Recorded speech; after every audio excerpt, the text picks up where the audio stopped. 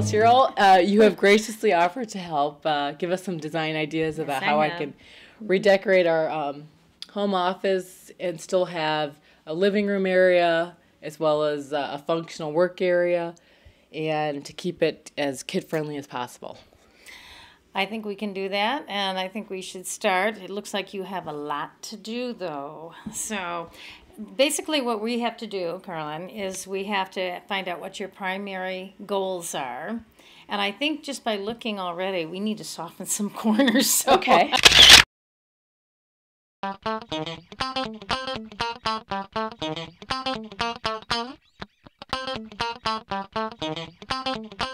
We are again. This is Cheryl Rost, and she has her own design company called Accent on Image. And so tell me a little bit about how you got started. I have not gone to a professional design school. I've always, ever since I was little, been rearranging. It's just in my blood. I've always done it.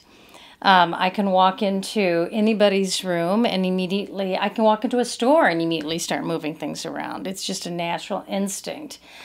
So what I basically like to do, I'm not high-end. I'm not your big high-end retail store. So what I basically like to do is take a person's own things, you know, and move them from room to room and create them or angle them. It's about balance, and it's about, you know, if you walk into a room and you feel like you're on the Titanic, you know something's wrong. So if you're sinking to one side, you know it's all wrong. So basically it's about balance, and it has to do, design, I think, with personal things integrated into what makes you comfortable.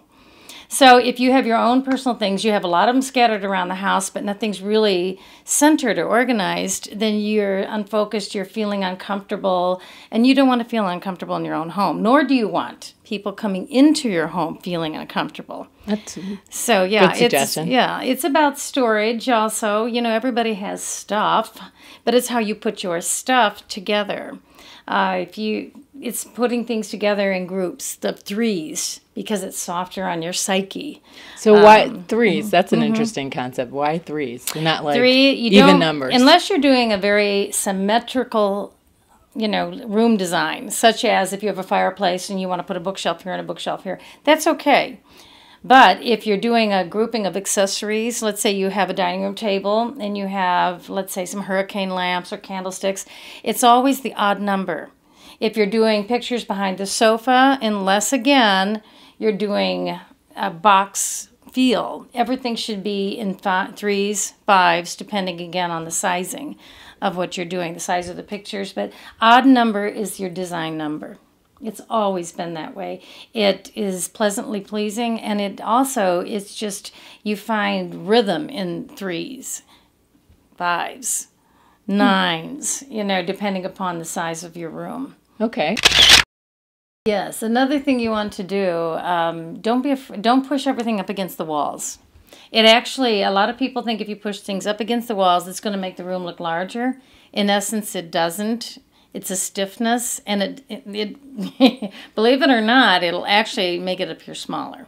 Interesting. So in here, for instance, probably I would immediately, even if I didn't change the furniture, I would immediately want to start angling things in the corners. Angle the fish tank, angle this piece, and bring things into the center of the room. This is why I say turn a desk that may be against the wall, turn it out.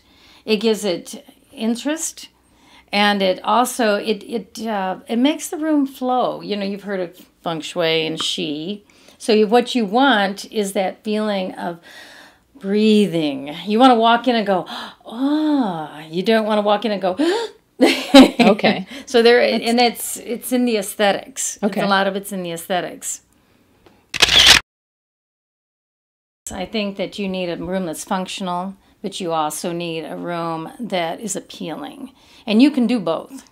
It's just a matter of thinking outside of the box, so to speak. And that's right now what we have here is a box. Mm-hmm. So we need to think outside of it and make it more of a wonderful, comfortable, sophisticated living room. And I just wanted to thank Cheryl for stopping by today and giving us some tips about what we could do with our house, not only just our home office, but some things about what we can do to decorate our living room by changing some of the color of the walls or adding some interesting pieces. Like, again, thanks for stopping by, and love to have you over again. Well, I hope to be back because I think we have a lot of work to do. I know. And everything is in experimentation. Nothing cannot be undone that is done, except for possibly the paint, and then you can paint over it. But everything, don't be afraid to move something differently or try something or take something out of one of your other rooms. And, because you can't be wrong. Nothing's wrong and nothing can't be changed. It's just a matter of, oh my gosh, I could use that here. Or, gee, if I angle this, I might have some more room here. Or, wow, this is really a beautiful pillow. Why don't I accent my sofa with it? So don't ever be afraid to try something new. And, like I said, if it doesn't work out, well, on to the next thing. So that's how it's all. It's great advice. Mm-hmm. Thank you again for stopping by. And thank you for having me. Oh, thank you. Goodbye. Bye.